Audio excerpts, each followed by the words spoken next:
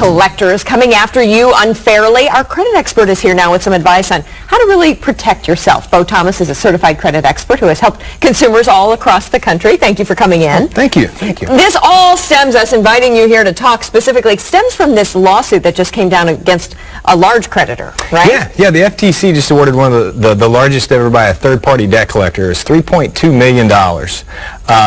For doing what we find a lot of collectors do every day to consumers. But they were just called on it. Yeah, really cracking down. So there are some serious, very specific laws for creditors to call you or get in touch with you and how they can do it and when they can do it. Let's go through those and talk about those because there are certain even times of day they can do it, right? Yeah, absolutely. And a lot of them don't follow the rules. But some of the most common ones that they violate, and what this $3.2 million settlement was, calling before 8 o'clock in the morning or after 9 o'clock at night, hiding their identity. One of the really common ones there is that they block their caller ID, so you don't know who it is that's calling. So you calling. go ahead and pick up. Absolutely. Right.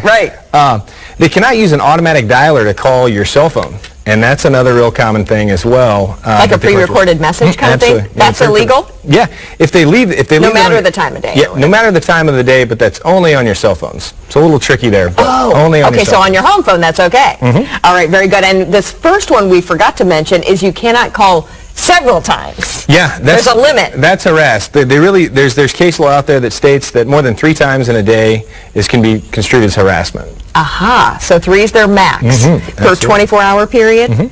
Okay, and then you can ask them to cease and desist. You can make a formal request of some sort? If you tell them that you refuse to pay the debt and to stop calling, they have to stop calling. If they continue to call after that, that's when you need to take action. Okay, so now I see in a court situation or something, if you try and turn to legal help for this, it turns into a he said, she said. So how in the world do you protect yourself? Yeah, the best thing, you can take steps, document all calls, log all the calls as they call, even if it's a log, just jot down who you spoke with, what time of the day. So even just your own handwritten? Absolutely, that's all you need. You don't have to have the smoking gun or anything like that. Yeah. Okay. Yeah, just document down. You can go to our website. We have a lot of the free information. There's a log and steps of what to do if you're getting these calls. Of course, if you get a recorded message, that's maybe even better proof, right? I always say that's like surveillance footage. That's documentation of them doing.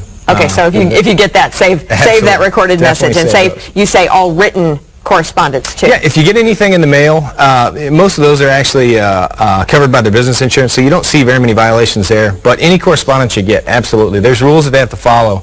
Before the first time that they communicate with you and attempt to collect the debt, they have to send you a dunning letter, and that's a letter that's advising you of your rights. Each time they communicate with you, that's another key factor. They have to advise you of your rights, and it's commonly known as your mini Miranda, and that's the phrase that it's an attempt to collect the debt, and the information will be used for that purpose. If they don't do that, they're subject to up to a $1,000 fine, which goes to the consumer, not to anybody else. The consumer can get up to $1,000 just for that small tedious mistake. Okay, so let's say you've made these logs. You've got all of your documentation ready. Then what? That's when we turn to someone for help and representation. Yeah, absolutely. Yeah, right? yeah. That's what we do. We with our credit repair clients, we coach them and educate them on what they can do to document and really build a case, and then we get them our attorney. The attorney, Adelman Law Firm, specializes in FDCPA claims, which is the Fair Debt Collection Practices Act. Okay. And he'll get you taken care of. So how do we find you if needed? Yeah, absolutely. You can reach us on the web at certifiedcreditexperts.com or give us a call at 816-994-4600.